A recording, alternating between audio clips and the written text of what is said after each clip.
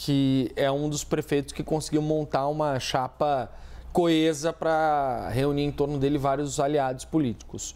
Mas tem muitas indefinições ainda. Em 7 capitais brasileiras, eu selecionei algumas delas, porque, muito embora você tenha hoje o final do prazo para as convenções, você tem ainda uma possibilidade de que mudanças sejam feitas. Quem, inclusive, me explicou sobre isso foi o advogado Arthur Rolo, especialista em direito eleitoral. Selecionei um trechinho da fala dele para a gente poder ouvir e comentar aqui. Depois desse período de convenção partidária, ainda modificações podem ser feitas, principalmente no caso de desistência ou indeferimento de registro de candidaturas de candidatos por algum problema, por exemplo, de inelegibilidade. Então, a partir da renúncia ou do indeferimento do registro, é possível substituir candidato, é possível até substituir candidato a prefeito, a vice-prefeito, desde que isso seja feito em até 20 dias antes da eleição. Passado esse período de 20 dias, esta substituição de candidatos ela não é mais possível.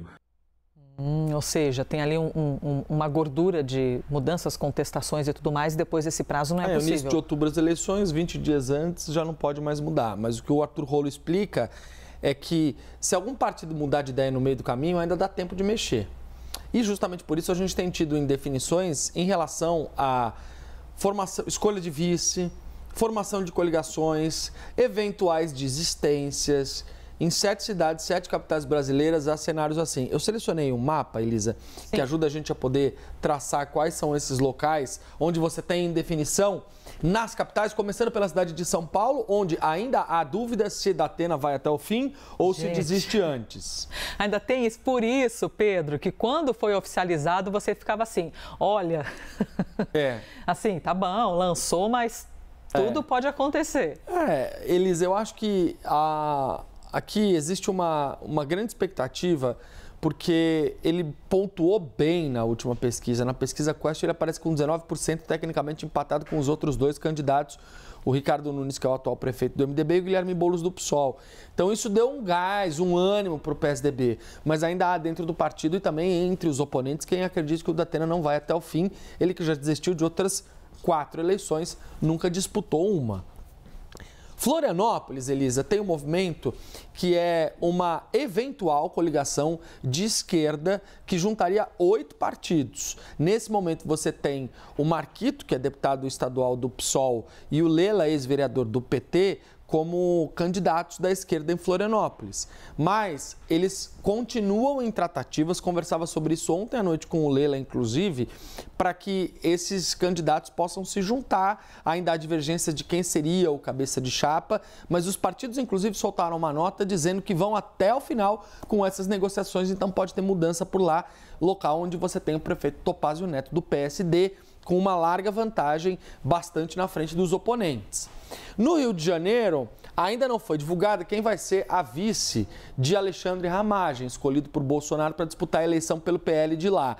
A Índia Armelau, que é a deputada estadual, tem alguma vantagem. A Tia Ju, que é do Republicanos, um dos partidos ali da coligação, lançou um vídeo, enfim, disse que não vai ser vice a nada, vai continuar como deputada. Ainda tem uma disputa por lá, isso não foi oficializado. Assim como do lado de Eduardo Paes, que é o atual prefeito, que tem vantagem, também não foi oficializado o vice. Muito se fala em Eduardo Cavalieri, que é ex-secretário de Paes, do grupo mais próximo dele, depois do Pedro Paulo ter pedido para sair da disputa. Mas essa oficialização efetivamente não aconteceu.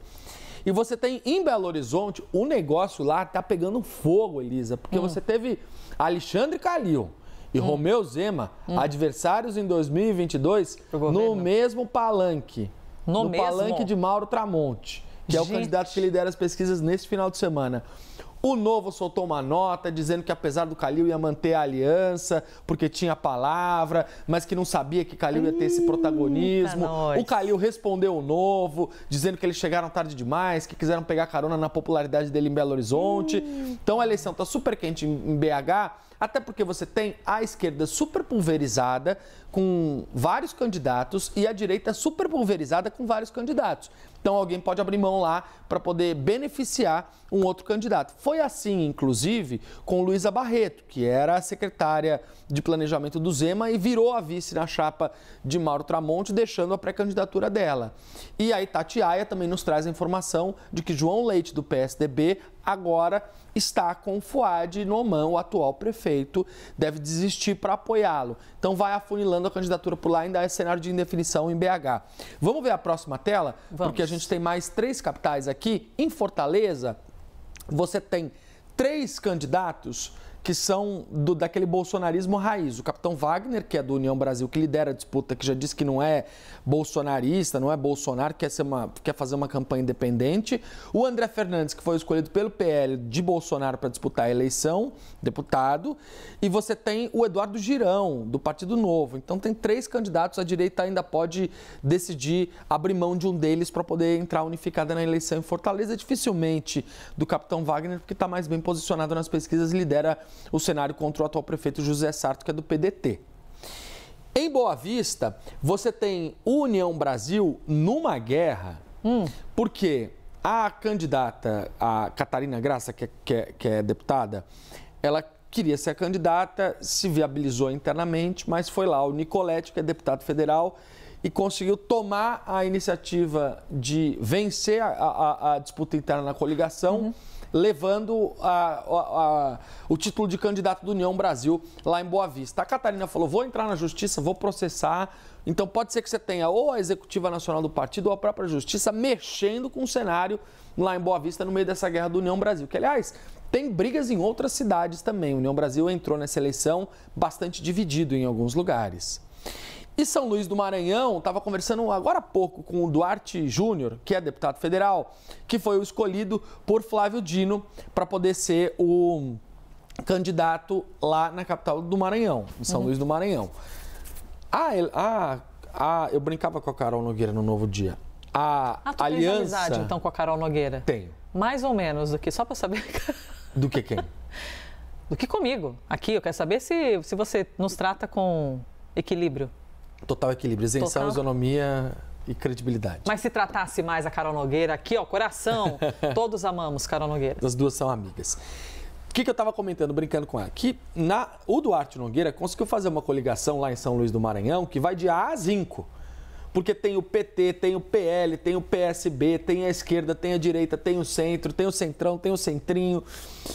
E você teve, na última semana, uma nota do PL, especialmente do PL Mulher, que fala da impossibilidade do partido de Bolsonaro fazer aliança com partidos de esquerda. Só que o PL lá em São Luís do Maranhão está na chapa do Duarte Júnior. E aí eu até perguntei para ele, falei assim, deputado, eles vão continuar na sua chapa ou vão sair? E ele falou, não, está mantido, eles vão me apoiar, estão na minha chapa. Então você tem uma possibilidade de ter alguma decisão na Executiva Nacional que tire o PL da chapa de Duarte Júnior e aí tenha um revés, obviamente, para o candidato escolhido por Flávio Dino antes de se tornar ministro do STF. Ele que não deve ter um grande envolvimento na campanha, justamente por conta dessa nova função, mas que tem muita popularidade lá no Maranhão. Contra o Eduardo Brade, que é o atual prefeito, que tem mais vantagem, que aparece muito melhor posicionado nas pesquisas e que, por enquanto, vai tendo uma projeção de resultado melhor do que o Duarte. 2 coisas que me ocorreram aqui enquanto você falava. Eu ia citar a matéria sobre o lançamento da campanha do Ricardo Nunes, que foi no sábado, tá? A gente mostra para vocês aqui o que foi ontem, domingo, mas como teve bastante importância, já vou citar aqui a matéria do Ricardo Nunes. Mas essa aqui, ó, você falou das coligações com a galera de esquerda, olha lá a matéria, é porque você citou, Pedro, Michele Bolsonaro anuncia proibição de coligações entre PL e esquerda e cria um canal de denúncias. Olha lá, nota do PL Mulher reforça veto com partidos de esquerda, mas não especifica quais seriam essas legendas. Bom, na verdade, não especifica quais, mas tudo que for esquerda... Você tem claramente, né, as legendas de esquerda que são o PT, PCdoB, PSOL, PSB, que é o partido do Duarte Júnior, o PSB, inclusive, né? Alianças irregulares. Eles chamam, ó, segundo o comunicado, isso aqui é do dia 2, tá, gente? Deixa eu esclarecer, não é de agora, tá do dia 2, mas como a gente citou... É da última semana, né? É da última semana. Como a gente acabou de citar isso, é bom só para te alertar, tá bom? Dia 2 foi sexta-feira, que essa matéria tá lá no site, é um momentinho que já foi, mas a gente reconecta com essa informação. Segundo o comunicado que cita a Michelle, a proibição tem razões óbvias, né? Ou seja, tipo assim, razões óbvias, gente, não tem nem o que explicar. E que basta ver o que está acontecendo na Venezuela, que o povo já põe tudo dentro do mesmo pacote, mas vai vir, né? A Venezuela vem para essa campanha eleitoral, claramente. Porque o preço tá caro, né, querido? Tá caro. A galera não é democrática. E até por isso, fazendo esse parênteses, né, a situação do Lula fica mais complicada ainda, né, Elisa? Porque você tem isso podendo ser explorado do ponto de vista prático na campanha eleitoral. Cada passo em falso pode custar um preço caro, especialmente para quem pretende fazer da eleição de 2024 nas cidades uma reedição de 2022 com a polarização Lula versus Bolsonaro. Com certeza, né? Superfície de polarização temos para todos os lados. Profundidade e ler um pouquinho mais é que às vezes está um pouquinho escasso. Pedro, obrigada, hein? Bom te ver. Por enquanto. Foi ótimo, hein? A gente se vê mês que vem, então. Isso. Mentira, daqui a pouco o Pedro volta.